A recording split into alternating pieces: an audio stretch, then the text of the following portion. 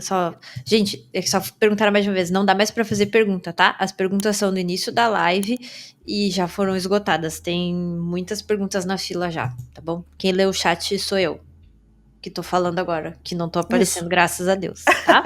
Então Nossa bom. voz da consciência, é nóis. Isso mesmo. Boa noite, Sula. Minha dúvida é sobre como pintar folhagens num geral. Sei que preciso agrupar os valores das folhas e trabalhar em cima deles, mas continua confuso pra mim. Certo. Aham. Deixa eu pegar as coisas do Allerheide aqui rapidinho. Nice. Vai amarrar bem com o que a gente tá falando com a coisa do da pincel com pincelada. Olha só. Isso é o Allerheide. Deixa eu jogar ele no chat aí pra vocês. Tá? O Allerheide é um pintor de cenário, né? Ele pinta paisagem muito, muito bem. Você vê, eu tava falando da construção de textura, né? Olha só nessa pintura aqui como é que a gente tem várias texturas diferentes. Olha como é que a gente tem vários... Todas elas se comunicam, tá? Mas ele faz essa questão de construir ritmos diferentes. Ele constrói direções diferentes. Então, quando ele faz essa mudança da grama que está aqui na frente para a folhagem que está aqui atrás, para a folhagem que está lá longe, são 3 texturas diferentes. Como você vai construir essas texturas na sua imagem? E aí entra de novo os pincéis com textura, tá? Com ruído. Então, vamos pegar aqui rapidinho. Deixa eu jogar isso aqui lá no Clip Studio para a gente fazer um... Aqui. Seguinte, vamos lá. Deixa eu abrir aqui.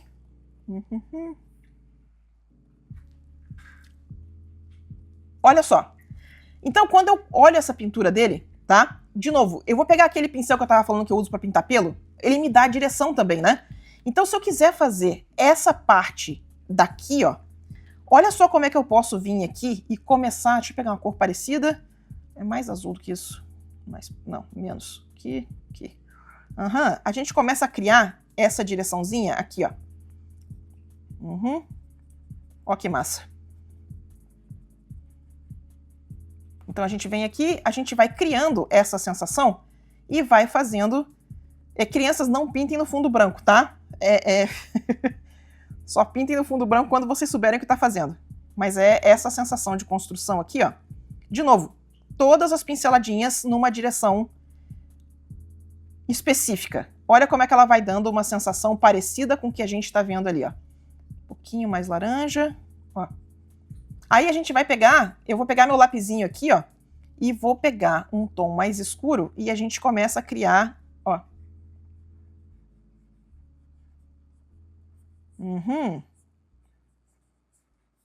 E a gente começa a criar essa sensação. Se eu for pintar essa parte aqui, ó, não é exatamente o mesmo tipo de mancha, né? Você vê como é que a mancha daqui é mais vazada.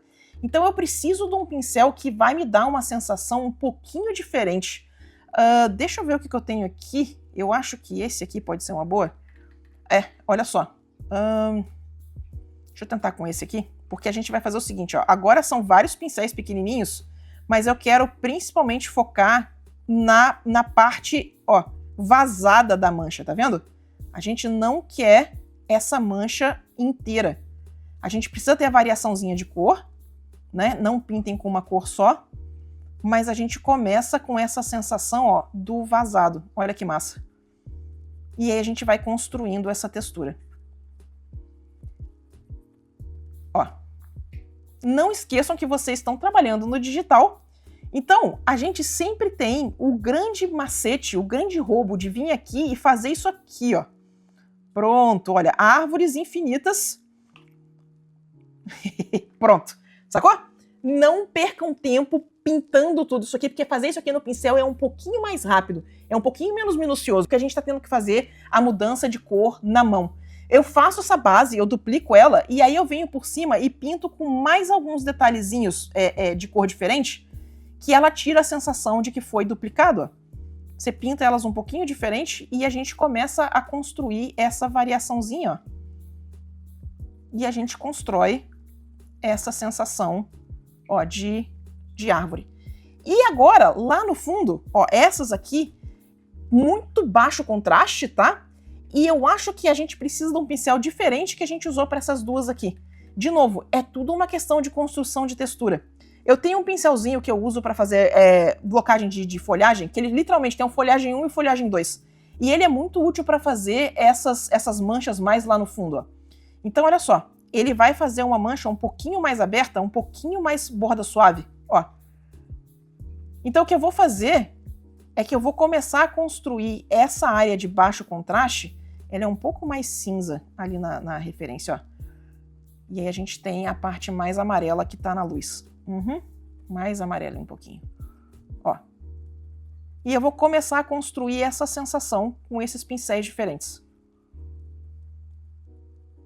Então, assim, uma das coisas que eu acho que vale a pena bater na cabeça agora é o seguinte. Quando a gente começa, existe esse mito que, tipo, tem o pincel de folhagem e eu vou fazer 3 pinceladas com o pincel de folhagem e vai ficar pronto. Tem alguns tipos de pintura que isso funciona. Mas, no geral, se você quer uma coisa um pouco mais pintura tradicional, se você quer uma coisa um pouco mais que pareça pintado, você vai ter que fazer esse trabalho de pintura que a gente está fazendo aqui, tá? Então, pega uma pintura que você acha que foi bem sucedida, começa a fazer essas análises de qual pincel que vai te dar qual tipo de resultado para você conseguir construir essas manchas. E aí você vem pintando, certo? Mas é isso, não esqueça que você está tentando fazer um tipo de mancha específica. E manchas específicas precisam de texturas, de pincéis específicos. Faz bastante dessa experimentação, tá bom? Nós. Uhul. Sula, tô aprendendo a usar o Clip Studio. Baixei seus brushes. Nice. Mas tô confuso com tanta opção. Pode explicar por cima cada um deles ou os que você usa mais? Sim, não... De novo, não tente usar todos esses pincéis. Como a gente... Vai acabar virando uma live temática sobre pincéis e textura. Não tenta usar tudo isso aqui de cara. Você vê que, por exemplo, meus pincéis eles estão separados em 2 grupos aqui. Esse grupo é o que eu uso mais, esse segundo grupo é o que eu uso menos. Mas ele é tão importante quanto o outro. O que acontece? Esses pincéis que eu tenho aqui, esses que estão separadinhos aqui, ó, o Square, o Hard Pencil 3, o lápis, os pincéis redondos, sabe? Esses aqui são os pincéis que eu mais uso. Eles estão aqui porque eles ficam bem embaixo da minha mão, sabe? Eles são facinhos de selecionar, eu não preciso nem mexer muito. Então, o que você vai fazer é que você vai escolher 4, 5 pincéis que faz 90% do trabalho, tá? Normalmente é um pincel redondo, um pincel macio, um pincel com uma textura básica, um pincel quadrado e um pincel de arte final. Esses 5 já dá pra gente fazer muita coisa.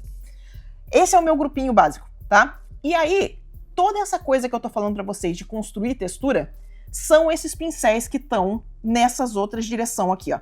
Então eu tenho várias opções de textura, eu tenho vários jeitos de pensar essas manchas que eu preciso para coisas específicas. Eu preciso delas menos, mas eu preciso delas do mesmo jeito. Então, olha só, eu quero colocar uma sensação de ruído em cima de uma mancha, eu tenho pincéis, deixa eu botar mais claro, eu tenho pincéis que me dão ruidinhos específicos. Eu quero fazer uma sensação de arranhado, ó, eu tenho um pincel de arranhado.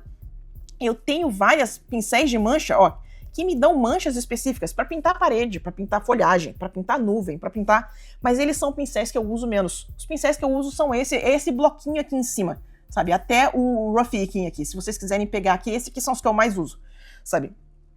Principalmente esse bloco aqui de baixo, sabe?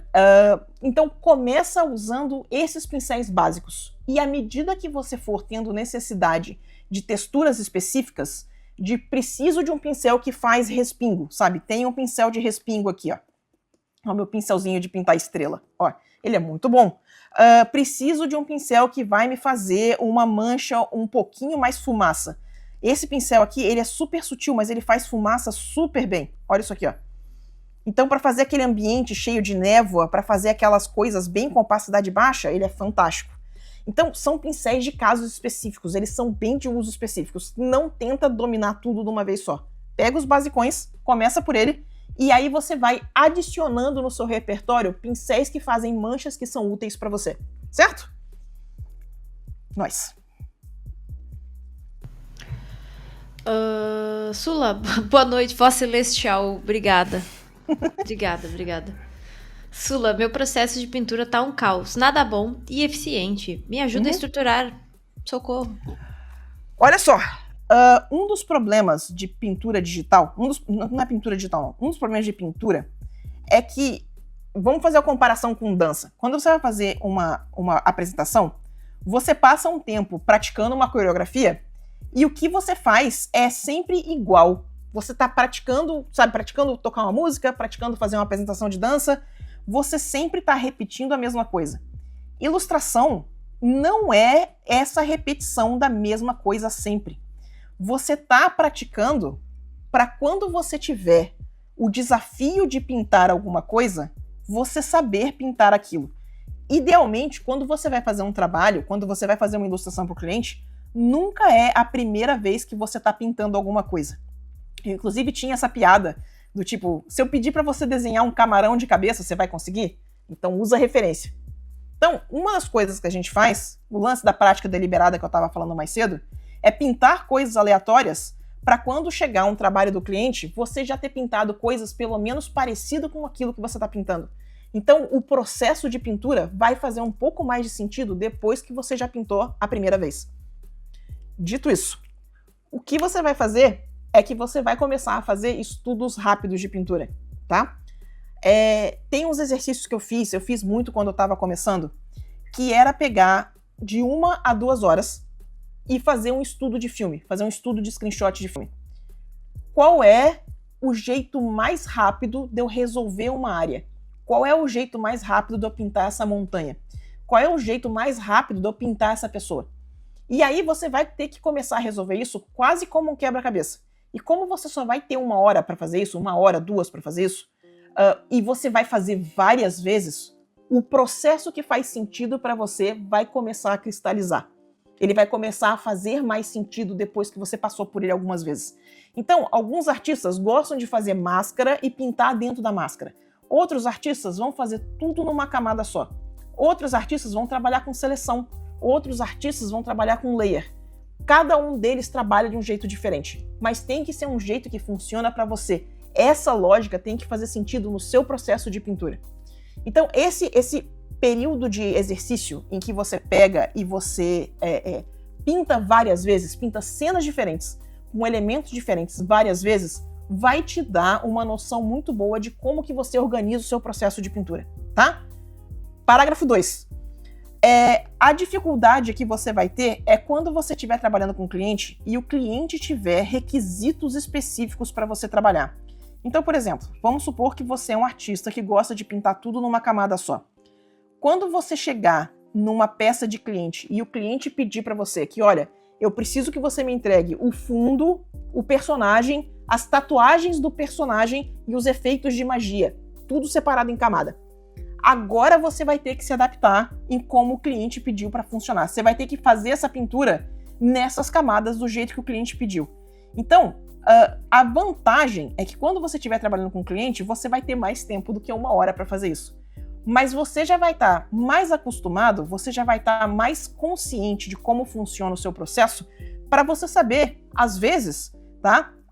Conheço gente que trabalha com tudo em uma camada e no final do processo recorta as camadas para mandar para o cliente, sabe? Em vez de pegar e trabalhar com camada, a pessoa faz a pintura e no final faz o corte e funciona, sabe? Então, veja qual é o processo que vai fazer mais sentido para você, tá? Mas esse processo de tentar fazer as pinturas, tentar fazer uma pintura do início ao fim com um tempo limite de 1 hora até 2 horas, vai te dar uma noção muito boa de como que você pensa e como que você estrutura o seu processo de pintura, tá? Quando eu falo esses exercícios de 1 hora, não é para fazer 5 vezes, tá, galera? Não é para fazer 10 vezes. Esse é um exercício para você fazer durante meio ano, todo dia, tá? Ele é para fazer 100 vezes, ele é para fazer 200 vezes. É para você vir e fazer um monte, porque é aí que você consegue realmente ter experiência que você tem esse domínio do processo de pintura, tá? E aí, só mais um comentário pra gente encerrar essa. Quando vocês estiverem fazendo esse exercício na base da quantidade, não neura com referência perfeita. Essas pinturas são prática, tá? Quando a gente está fazendo prática deliberada, não é para se preocupar com post de mídia social, com o que vai viralizar, com referência que eu quero pintar. Você tem que sair da zona de conforto. pega umas coisas esquisitas pra pintar. Elas vão te ensinar pra caramba, tá? Então não perde tempo perdendo uma referência, procurando uma referência perfeita. Não faz isso, não perde esse tempo. Pega um screenshot de filme e vai pintar. E pronto, certo? Nós.